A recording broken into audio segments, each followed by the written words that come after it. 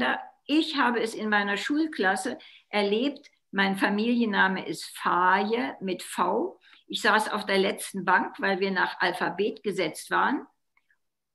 Ich war alleine auf einer Dreisitzerbank. Hinter mir war noch eine Bank und da war auch nur ein Mädchen. Die fing mit Z an.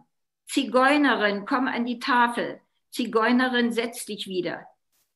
Unsere ganze Klasse hat gedacht, das wäre ihr Familienname.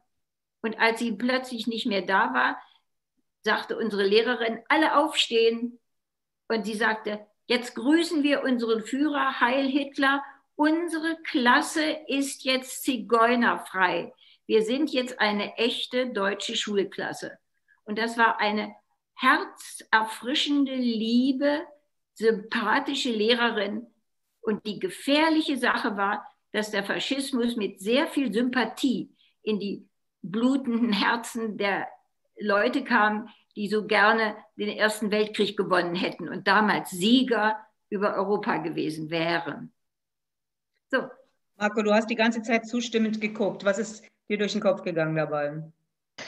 Vielen, vielen Dank für diese Geschichte aus deinem Mund. Ganz ehrlich, vielen, vielen Dank.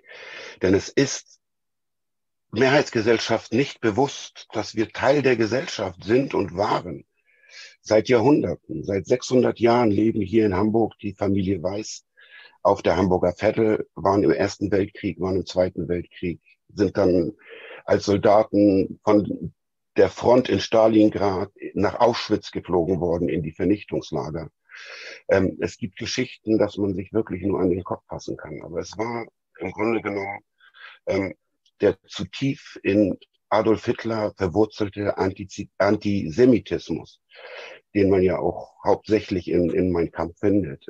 Er war wenig antiziganistisch. Das war für ihn einfach nicht mal irgendwas, womit man sich beschäftigen müsste. Das war dann Heinrich Himmler, der sich mit der Lösung der Zigeunerfrage mit angenommen hat.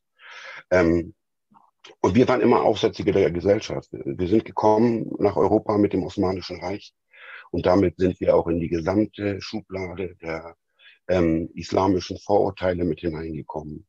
Wir waren die Spione der Türken, die Pestbringer, etc., etc. Und wir kamen dann mit unseren traditionellen Berufen, die im Grunde genommen auch unsere Geschichte vorgegeben hat, weil wir sind verschleppt worden vor 1000 Jahren von Mahmud von Ghazni aus dem Punjab-Tal, das ist heute Pakistan. Und der ist dort 17 Mal eingefallen und hat jedes Mal Handwerker versklavt, die seine Armeen versorgt haben. Und der Mahmud von Ghazni hat dann das größte islamische Reich der Geschichte aufgebaut. Und als dieses zu Ende ging, sind wir dann mit dem Osmanischen Reich aufgegangen und teilweise dann zum Islam übergetreten, um aus der Sklaverei herauszukommen. Aber grundsätzlich dann im 14. Jahrhundert zum ersten Mal mit dem Osmanischen Reich nach Europa gekommen. Und da herrschte natürlich bis 1912, bis zum Ende des Osmanischen Reiches, eine tiefe Furcht in Europa vor dem Islam, vor den Türken, vor diesem aggressiven Europarang. Und da sind wir mit in diese Schublade gefallen.